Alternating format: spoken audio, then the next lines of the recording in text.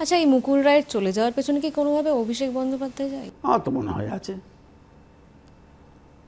যদি বলেন কেন সেদিন বলি, সেদিনও বলেছি, কিন্তু জানবেন যে আমি ভিতরের সাংগঠনিক প্রধান হিসেবে সংগঠনের একটা পদে থেকে দলকে কোনোদিনই রাস্তায় নামাইনি। আমি শুধু বলেছিলাম চুপ রবে না পার্থ। আমি কেন বলেছিলাম যে আমি যদি সেদিন প্রথম দিনই মুখ খুলতাম অন্যদের মতন, অন্যদের অত জনসমর্থন ভিত্তি ছিল না, কিন্তু যতই কম ভিত্তি হোক আমার একটা তো ভিত্তি ছিল। সাধারণ গ্রামে গ্রামে কর্মীরা, শুভানুধ্যায়ীরা, তারা বিপদগ্রস্ত, তাদের কথা ভেবেছি। এবারও বলছি যে নির্বাচনে না দাঁড়ানো, অনেকে বলে দেয়নি, কিন্তু নির্বাচনে না দাঁড়ানোর কথা আমি জানিয়েছিলাম দলকে। আমি দলকে বলেছিলাম সাসপেনশনের একটা চিঠি আমাকে দাও, আমি উত্তর দিই কি কি কি লেখা আছে, কি কারণে সাসপেন্ড। আমি দলকে বিড়ম্বনায় কোনোদিনও ফেলিনি। আমি যদি সেদিন এগুলো করতাম বা নির্বাচনে দাঁড়িয়ে এটা করতাম,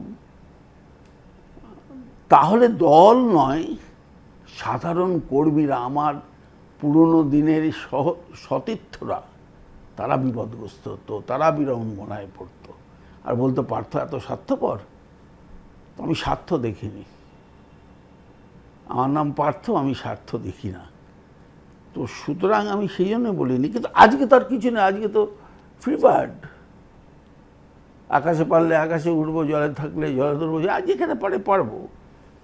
কিন্তু মমতার প্রতি তো আমার একটা দুর্বলতা আছে, নাহলে আমি চাকরি ছেড়ে আসলাম কেন? তৃণমূলের পতাকা কোনো দিনই ধরিনি।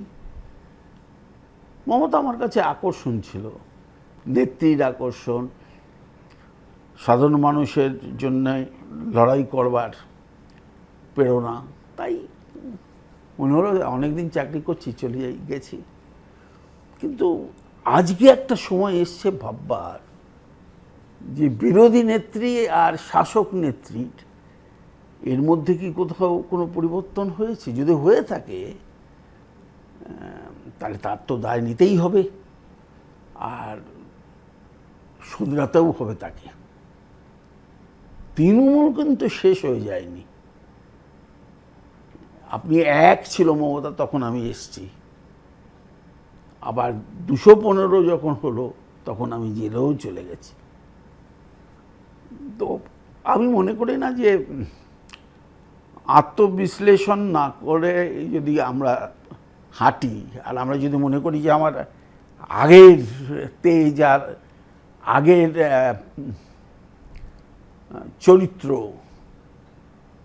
তাকে আমাকে বাংলার মানুষ সহজে গ্রহণ করবে, এটা বোধহয় ভুল হবে। আমার যেখানে যেখানে ভুল হয়েছে স্বীকার করে নিতে হবে, এটা আমার ভুল। ধরুন আমি যদি আমার পুত্রসম অভিষেকের জায়গায় থাকতাম, তাহলে আমি গিয়ে দিদিকে গিয়ে বলতাম যে পিসি দেখো, তুমি দল আমায় দায়িত্ব দিয়েছিল, আমি পারিনি, এই আমার দলীয় পদত্যাগ। That would have been a great job. সে তো কেউ না উঠে দাঁড়িয়ে সবাই সমর্থন করো, খুব কেটেছে।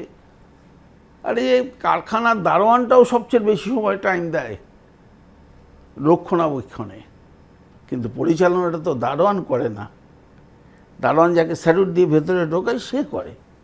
এই পার্থক্যটাও যদি এখনও আমরা না বুঝতে পারি, এখনও আমরা যদি আমাদের অহংবোধ আর দৃঢ়তার সঙ্গে অসত্যকে সত্য বলাবার চেষ্টা করি, তাহলে বোধহয় মানুষ সেটা ভালো চোখে দেখবে না।